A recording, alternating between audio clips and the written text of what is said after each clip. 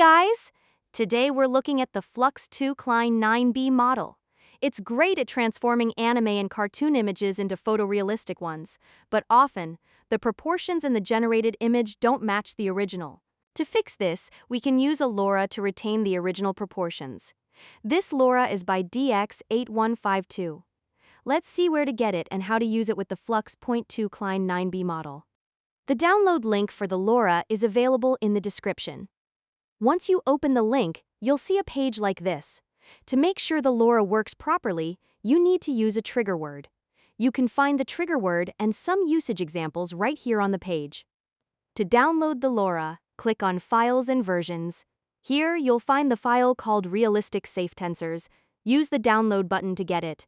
After that, let's see where to put the Lora inside ComfyUI. I'll open the ComfyUI folder. As always, I'm using the portable version. Next, open the Models folder, then find and open the Loras folder. This is where we'll place the realistic Lora. I've already done that, so let's switch over to ComfyUI. I've already built a workflow for this, which you can download from the link in the description. I'll assume you already know how to use the Klein 9B model. As you can see, a Lora loader node has been added between the Load Diffusion model node and the K-Samper. For the Lora name, I've selected Realistic Safe Tensors. I'm using a strength of 0.5. I suggest not increasing the strength too much, as it can actually make the results worse. Staying between 0.3 and 0.6 usually works best. Now, let's look at the positive prompt. I wrote, "Transform this fluffy robot wearing a sailor hat scene into a realistic photograph," and added an extra photorealistic keyword.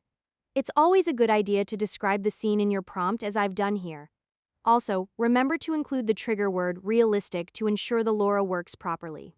I've already loaded an image of a cartoon character, Doraemon, and you can see the generation I ran earlier. The result is quite good and really matches the character's essence. Now, let's try another image.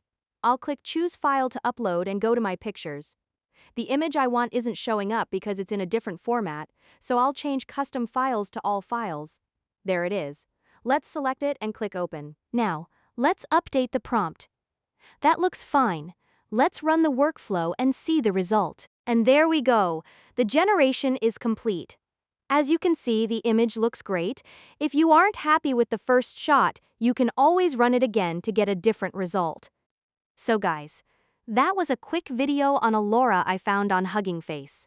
I highly suggest trying it out and letting me know what you think. Thanks for watching, and I'll see you soon in the next video. Don't forget to like, share, and subscribe.